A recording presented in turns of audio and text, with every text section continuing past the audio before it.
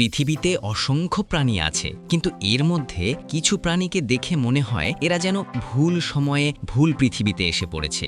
আজকের ভিডিওতে দেখব ঠিক এমনই 5টি অদ্ভুত প্রাণী যারা পৃথিবীতে থাকার মতো নয়। তোমরা যদি এই ভিডিওটা দেখো, আশা করি তোমাদের অনেক ভালো লাগবে।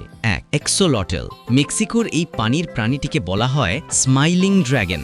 এক্সোলটল কখনো বড় হয় না, সারা জীবন লার্ভা বা শিশুর মতোই থাকে। বিজ্ঞানীরা একে বলেন নিওটেনি। দেখতে মনে হয় যেন কোনো কার্টুন চরিত্রকে জীবিত করে আনা হয়েছে। 2.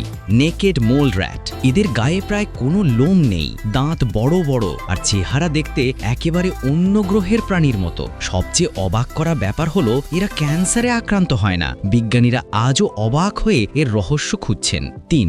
Dumbo octopus. গভীর সমুদ্রের এই অক্টোপাসটির মাথার দুই পাশে কান আকৃতির পাখনার মতো অংশ আছে। দেখতে ঠিক ডিজনির কার্টুন চরিত্র ডাম্বোর মতো। অন্ধকার সমুদ্রের গভীরে এমন প্রাণীকে দেখলে মনে হয় এটা পৃথিবীর নয়, অন্য কোনো গ্রহের। 4. সাইগা অ্যান্টিলোপ। এই হরিণ জাতীয় প্রাণীর নাক দেখতে অবিশ্বাস্য।